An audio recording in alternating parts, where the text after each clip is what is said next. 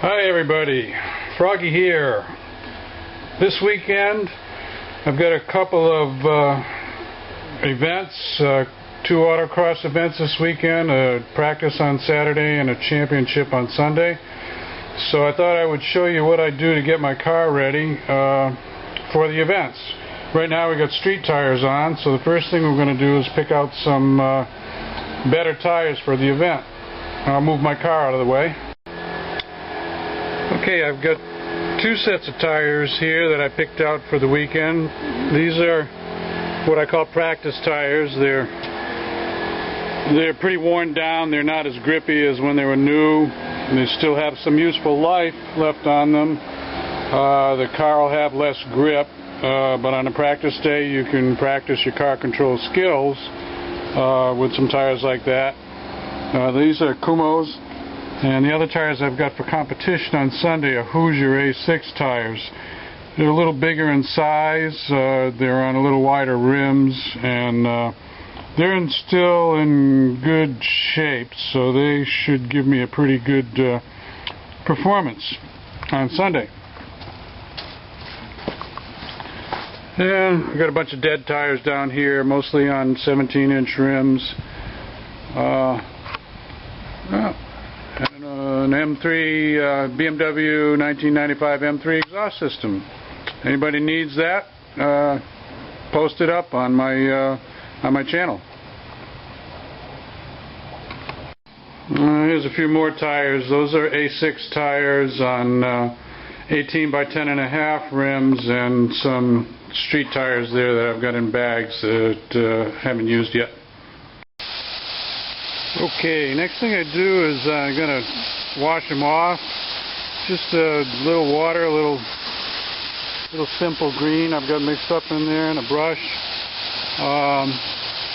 This is not just so they'll look pretty when I go out to the event, but I'm looking for cracks, so that if there's any cracks in the wheels, I want to find them now, not while I'm out on course. Well, I got the worst of it off. Now I'm going to use a little wheel cleaner and a rag. Get in there a little bit better. Also, I'm checking for weights, the wheel weights, to see if I've thrown any wheel weights. I always mark them so that if I throw a weight off, I can put one back where it's supposed to be.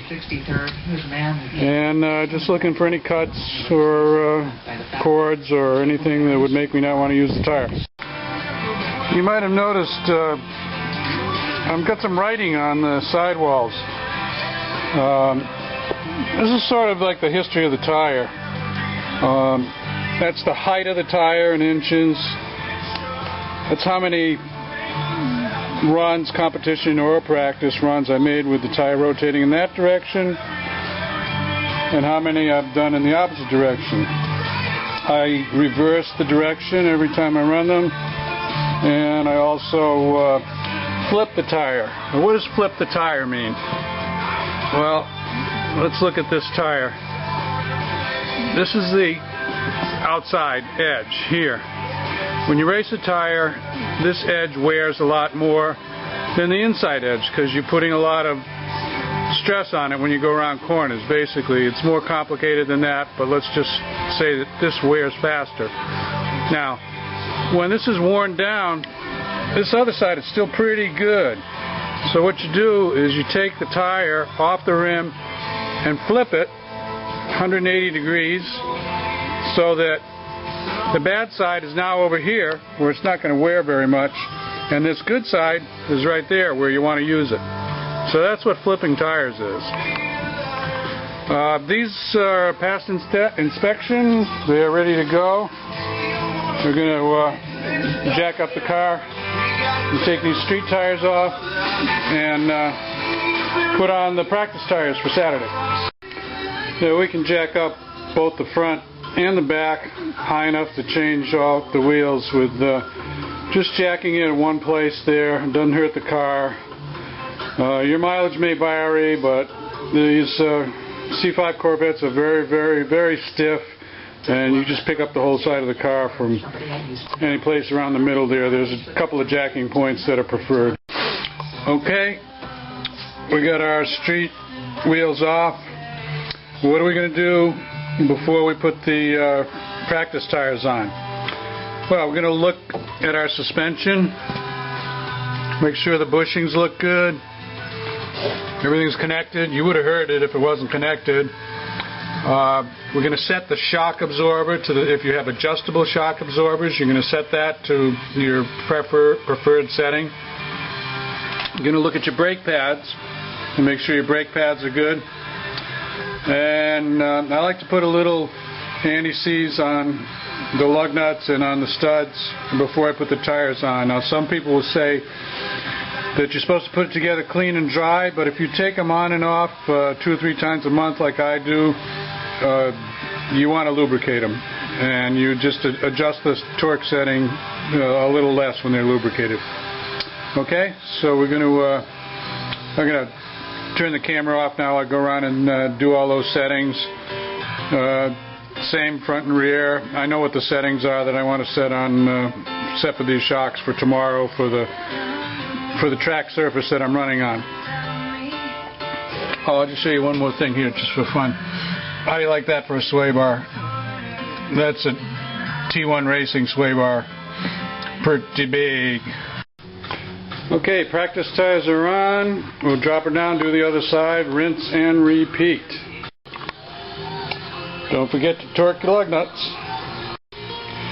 Well, before we move on to the under the hood, engine and fluids, after driver skill, the most important thing on your car that's going to help you go fast is a proper selection of rims and tires. So do some research on that.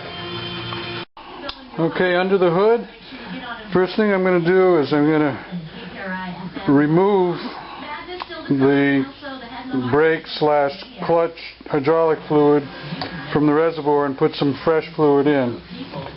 These days I'm using Willwood 570. The reason I do that is Corvettes have a known issue. Corvettes that are driven hard and that get hot have a known issue with failure or boiling or of the clutch fluid if it's old or if it's of poor quality. So in order to completely avoid that whole situation, I just change it out every time. It doesn't cost very much. It's quick to do. I've got a separate video on how to do it if you want to. Then I'm going to check the brake fluid level. I don't necessarily always top it off, but I just want to see that it's between the high and low marks and that it's clean. And then I'm going to go to the power steering fluid, and I'm going to do the same thing as I do with the clutch fluid, just as a preventative.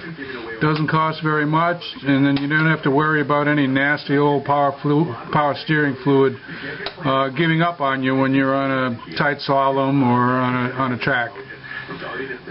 And I'm going to look at the coolant. I can see that through the side that it's okay right now. I can already see it's okay. And the last thing I'll show you, I'm going to do the air cleaner. I'll get to that in a little bit.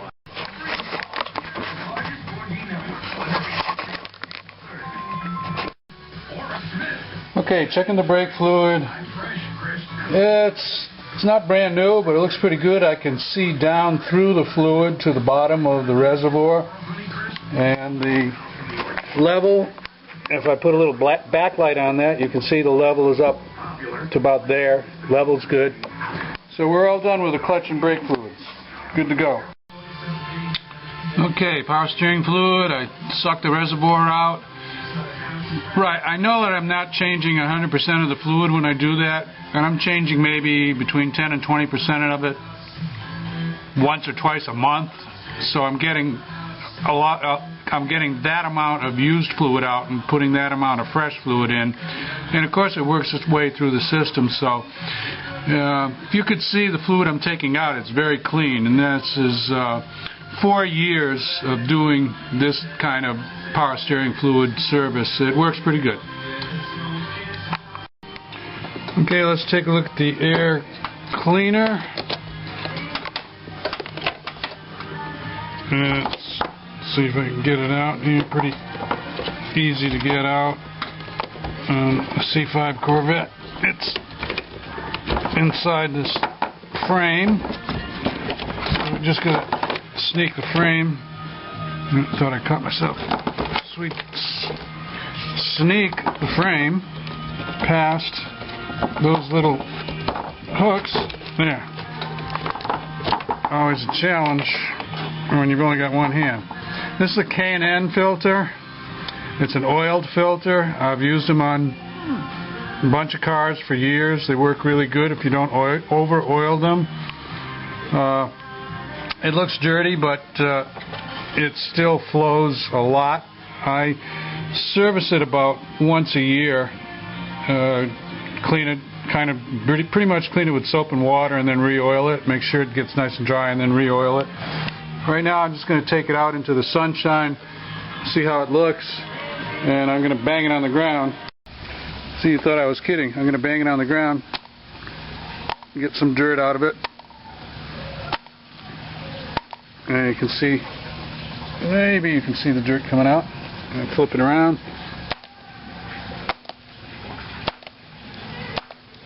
Yeah.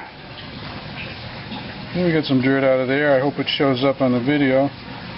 And now, I don't know if this will work or not. I'm going to hold it up to the sun and see if the camera can show any sunlight coming through.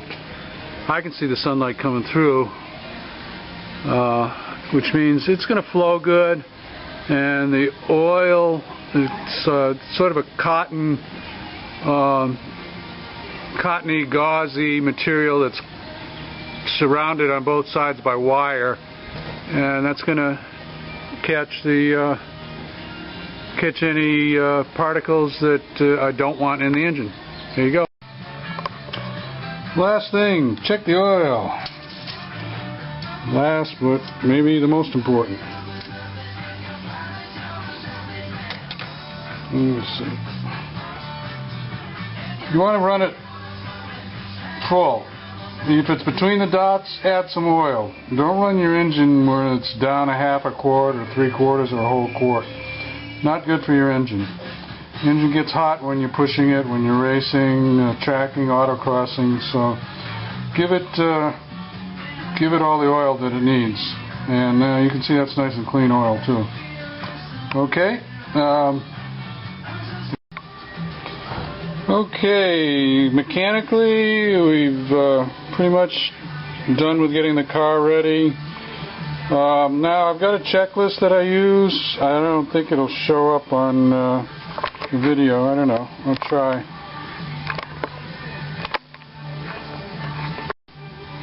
Yeah, let's see if you can read that. Anyway, we've done tires, mounted the tires, fluids, air filter. We're going to air up the tires. Usually you want to put a little extra air in your tires. You can always let some out, but if you get to the track, you need to find some. I mean, I've got an air tank right there. I bring a full air tank, and then I bring a pump also that runs off its own little power source, like one of those power station things. So you can air up your tires. It's got a light on it. It can jump your battery. I bring a lot of tools.